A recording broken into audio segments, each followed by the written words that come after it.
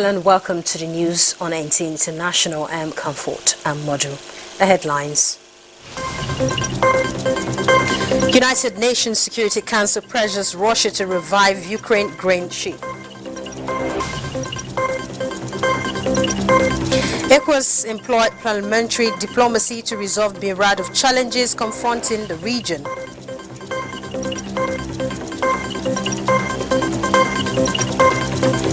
Plus, vaccination of animals against anthrax flagged off by government.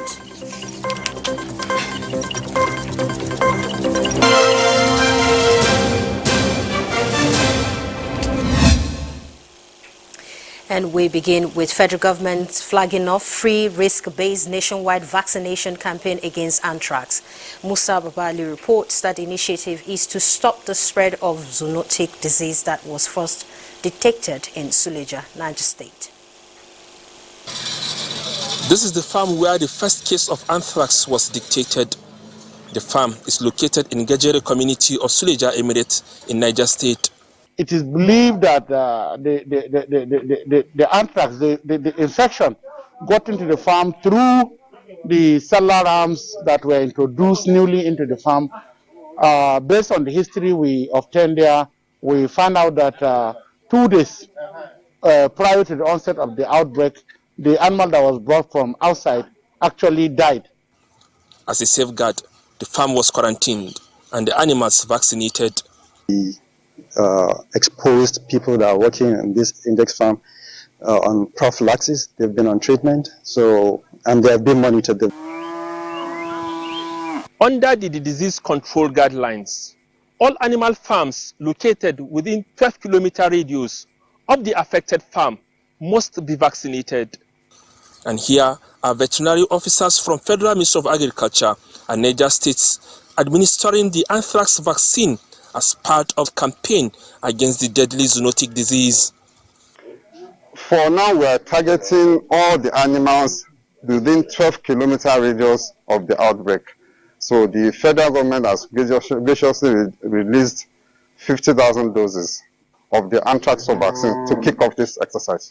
So we'll have a surveillance system on a high alert now. The moment we hear similar signs coming from different areas of the state, we mobilize our team, we'll go take samples and at the same time vaccinate, because you don't vaccinate sick animals, vaccinate animals that are apparently healthy. The Food and Agriculture Organization of the United Nations, FAO, has also provided logistics support to the federal government towards eradicating anthrax in Nigeria. From Tafa local government area of Niger State, Musa Aliyu, NTA News. And joining us in the studio to speak on the vaccination is Dr. Abdul Karim Durosin Lorum, Deputy Director, Department of Veterinary and Pest Control Services, Federal Ministry of Agriculture and Rural Development. Thanks for joining us. All right, let me start by commending the prompt response to curtail the spread by stakeholders. But how did it come about? Was a vaccine so easily gotten, or is locally sourced or imported? Yes, the National Veterinary Research Institute, which is situated in Vom, Plateau State, produces the anthrax 4 vaccine. So that is where the vaccine that we used was gotten from.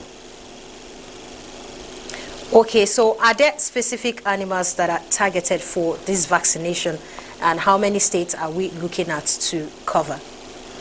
This is supposed to be a nationwide vaccination campaign. Okay. So we have started with Niger State because the case detected is in Niger State. So we want to do the ring vaccination around the farm where the outbreak was detected. So we are targeting, domestic animals, which are the ones that we find in people's farms and homes. Okay, so how do you identify animals that have this disease? Are there any signs that people should look out for so that you know when to call on the veterinary doctors to come in? Okay, the good thing about this disease is what we tell people to look out for is sudden death. Sudden death of any animal, any livestock that has not been looking sick before, or it looks sick and it falls dead suddenly with blood oozing out from the natural orifices. That is the eyes, the nose, the anus, or the mouth. And you see that the blood usually would not clot. Okay. So for the nomads now, or people who rear animals, do we have any cause for worry? Do they stand any chance of contracting anything, being that they're always with these animals? Well, everybody that handles domestic animals or any infected animal stands a chance of being infected. It's not only the normals. All animal health workers have a chance of being infected. So that is why we are telling everybody to look out for these signs in animals. Once you see any sign that looks like anthrax, report. Don't handle the animal. Don't try to open the animal. Report to the veterinary authority. Then we also called our human health counterpart. So anybody that has had any close contact with these animals can start prophylactic treatment while they are also watched, further. So what other specific measures is taken at this time to curtail the spread of anthrax? And before you respond to that, we have people in the rural areas that may not understand what this is all about. So one of the measures that we are taking is first the vaccination we are doing. We are also going to be having a lot of campaigns. We are planning to have jingles, on radio, on TV, just as you are interviewing me now. And we have also activated an emergency control center in the Federal Ministry of Agriculture and Rural Development, where people will be able to access information. Also, our EPID officers in most of the states of the Federation, we've had meetings with them, and we are telling them to do similar things in all the states of the Federation. Okay, thank you so much, Dr. Abdul Karim, there for giving us more insight into what government is doing to keep everyone safe, apart from the animals that may be affected by this disease called anthrax. Thank you very much.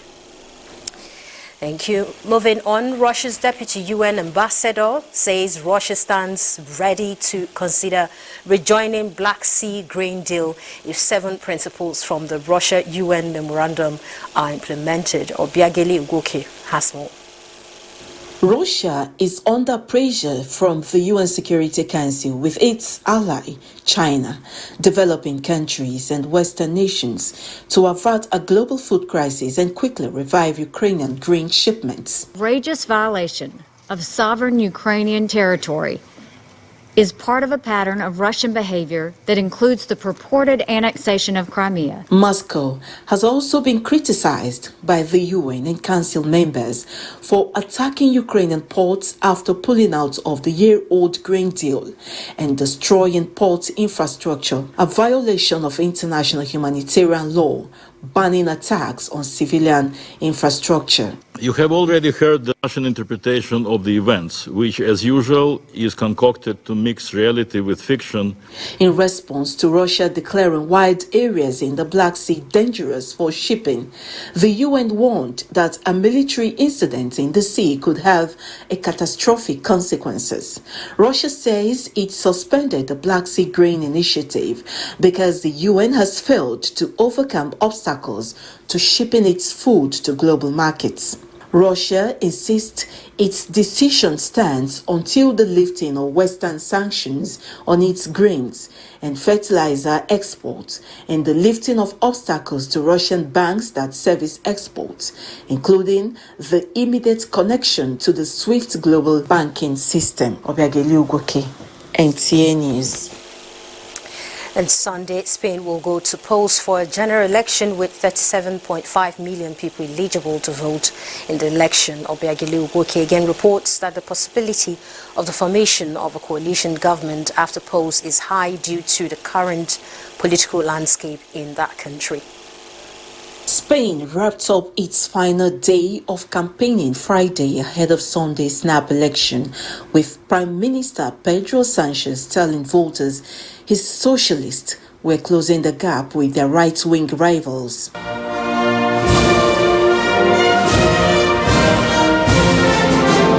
The Prime Minister has centered his re-election campaign on the economic record, highlighting Spain's growth and inflation figures that have outperformed most of its EU peers. While most recent opinion polls suggested the PP and Vox are on track to form a working majority in the 350 seats parliament, some showed the pair falling short. Voters will elect 350 deputies and 265 senators.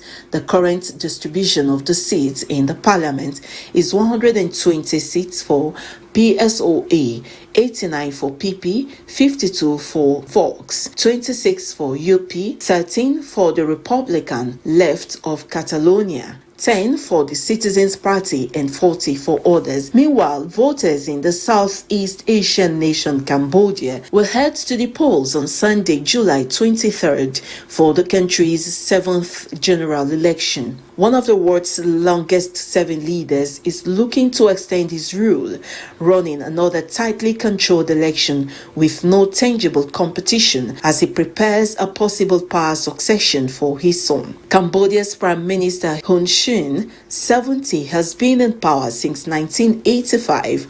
Only the leaders of Cameroon and Equatorial Guinea, both also authoritarians, have held office this long.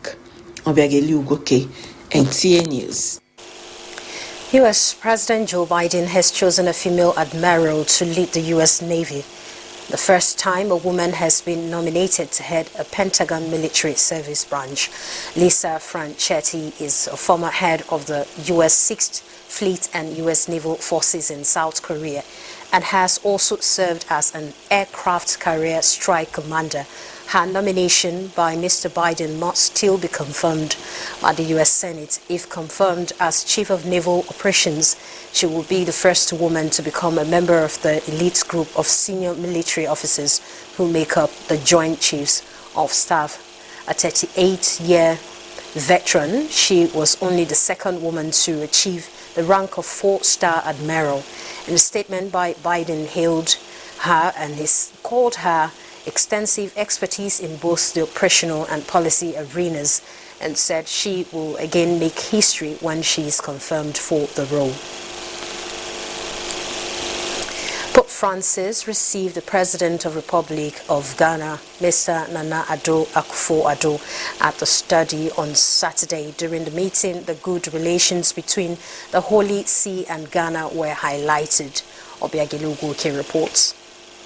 Statement from the press office of Pope Francis says Pope Francis received the President of the Republic of Ghana, Mr. Nana Akufo-Addo, at the study of the Paul VI Hall on Saturday. Following the audience with the Pope, President Akufo-Addo met with the Cardinal Secretary of State Pietro Parolin, accompanied by Archbishop Paul Richard, Secretary for Relations with State and International Organizations in the offices of the Secretary of State. During the meeting, the good relations between the Holy See and Ghana were highlighted. Obiagelu Goke, NTA News. Brazilian President Luiz Inácio Lula da Silva has signed an order to tighten gun controls in a bid to halt a surge in firearm ownership. This is to curtail the number of guns in the hands of people. Obiagelu Goke again reports. Limits will be placed on stockpiles of guns and ammunition, while certain weapons, including 9mm handguns, will be prohibited. Under Lula's far-right predecessor, Jair Bolsonaro, there is an almost 7-fold rise in registered users of guns. The president blamed a wave of political violence during last year's presidential election on looser gun controls. The announcement comes after several recent school shootings in a country that registered more than 5 murders per hour on average in 2022, according to the Public Security Forum, an NGO. Obiagelu Goke, NTA News. Many thanks for that report, and more reports ahead. Welcome back. Speaker of the ECOWAS Parliament, Sidi Mohammed Tunis, has asked the sub-regional parliament to employ parliamentary diplomacy to resolve the myriad of challenges confronting the region. This was during the visit of the Speaker, East African Legislative Assembly, at the headquarters of the ECOWAS Parliament in Abuja. Charles Alpha was there, and now reports. ECOWAS takes parliamentary diplomacy very seriously, especially in troubled areas, and believes it is squarely the responsibility of the executive to find solutions to crises when they occur. Reason why the regional bloc is deploying parliamentary diplomacy in crisis areas to bring about peaceful settlement, including use of mediation, which is paramount. At separate visit to the Speaker of the ECOWAS Parliament, President of the ECOWAS Commission, Omar Torre, Deputy Speaker of the Nigerian House of Representatives, Benjamin Kalu, citing the case of Guinea, Speaker ECOWAS recalled how the parliament mediated before the parliamentary election in Guinea, which at the end brought lots of players together to discuss the issue.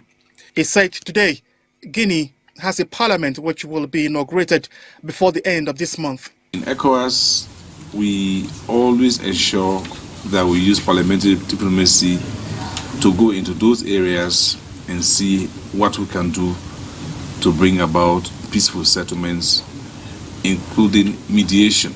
The Speaker of ECOWAS Parliament, Tunis, said that it is the responsibility of lawmakers as representatives of the people to ensure that the executive is properly guided for the attainment of free movement of people and goods across Africa. Speaker Joseph Ntakirutimana also says that part of the reasons for the visit was to evolve mechanism for the two regional parliaments to collaborate more closely. The artificial boundaries created have become impediments to the needed Pan-African cooperation, trade, and growth for Africa's development. The commencement of the African Continental Free Trade Area is a step in the right direction. Charles Alpha, NTA News. There's a saying that the day the power of love overrules the love of power, the world will know peace. To achieve this, there's a need for collective efforts by security agencies and the citizens. It is in view of this that the Nigerian Army Resource Center organized a work ethics and organizational performance course for junior cadre personnel of the armed forces, paramilitary, corporate organizations, and the civil society. The course, among other things, is to further strengthen interagency collaboration, teamwork, and critical thinking with a view to boosting the security architecture of Nigeria. The leadership, even at their own level, even as a corporal, is a leader in his own right. And so within a working environment, a lot of issues will come up. And every organization has its ethics, customs, and tradition. And so they must understand what their systems stand for and work within. Above all, everything is about teamwork nowadays. Nobody has preponderance of knowledge and nobody can achieve success. So that's part of what we're teaching them. There are military elements on the program. So there, from the interactions, we have different perspectives to issues. So they've gained from perspective from other organizations. And those perspectives will equally help them in the conduct of their own duties. Nigerian Army Resource Center says it will continue to live up to its responsibilities of not only serving as a think tank for the military, but also redouble efforts in capacity building of the armed forces for enhanced efficiency in defending the nation's territorial integrity. In other news, the Police Service Commission has approved the dismissal of 3 senior police officers over cases of misconduct. In a statement, the Commission also approved the reduction in the ranks of 5 others found wanting in the conduct of their official duties. The dismissed police officers were 2 deputy superintendents of police and 1 assistant superintendent of the police, 1 chief superintendent of police, 1 superintendent, 1 deputy superintendent, and 2 assistant superintendents of police had their ranks reduced for misconduct. 14 officers got the punishment of severe reprimand, 6 reprimands, and 7 others letters of warning. Also, the Commission reinstated 6 dismissed officers who got favorable court judgments. Meanwhile, the chairman of the Commission, Dr. Solomon Arasi, assured that the Commission will continue to hold police officers accountable for their conduct and misconduct and will ensure that pending disciplinary matters will receive the Commission's urgent attention at all times so that officers are not unduly stagnated. Moving on, former President Donald Trump will go on trial for the alleged mishandling of classified documents on 20th May 2024. Judge Allen Cannon set the case for 20th May, but Mr. Trump had wanted the trial held after the November 2024 election, and the high-profile case will begin with the election campaign in full swing. Mr. Trump, 77, faces serious charges over the storage of sensitive files at his Florida home.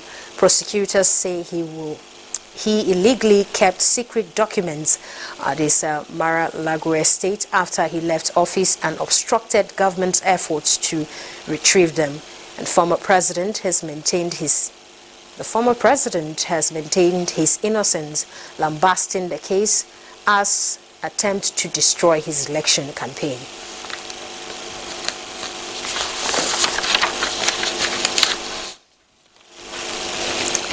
Now, good governance, proper applications of laws and greater funding of agriculture have been identified as crucial to Africa's development. This formed part of resolutions reached at the meeting of speakers and presiding officers of the Parliament of the Commonwealth in Cameroon.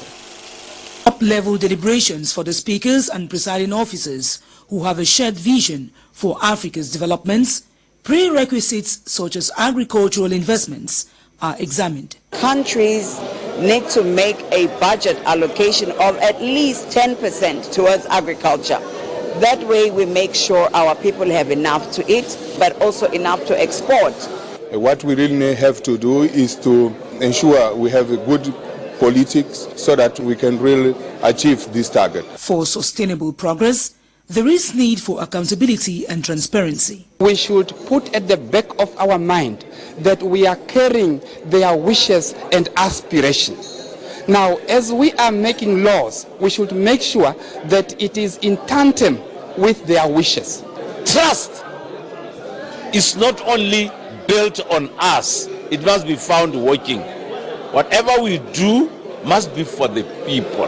If we promise people we are going to avail roads, we've got to ensure that we avail it. African parliaments are in consequence duty-bound to make certain that laws voted are applied. Our responsibility is to actually engage and encourage citizens to have an openness with parliaments so that they know that it's their right to communicate with the parliament and address their issues. Every time they must have a review of what they have agreed upon to see whether it is being implemented uniformly throughout Africa. With far-reaching resolutions arrived at on a united Africa which can self-drive its revolution, the 18th Commonwealth Conference delegates have thus fulfilled their mission.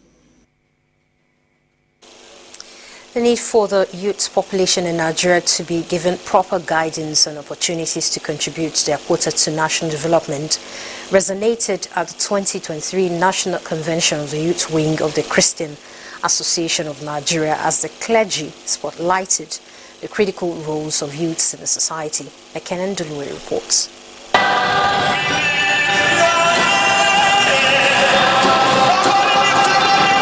A gathering of young Nigerian Christians seeking spiritual upliftment and a better Nigeria for themselves. The youth wing of the Christian Association of Nigeria believes solving the moral and poverty problems in the country begins with creating the right path for this set of Nigerians. This is why the convention is launching a Nigerian Christian Youth Resource Center to provide skills and entrepreneurship development for growing population of unemployed youths. The society, in fact, is in decay. But with what we are doing, bringing the youth closer to God, they will be able to challenge their energies, their resources, their lives, and give it totally to Christ. If each of the Nigerian youths become better, by the grace of God and by the help of God, then our nation too will become better.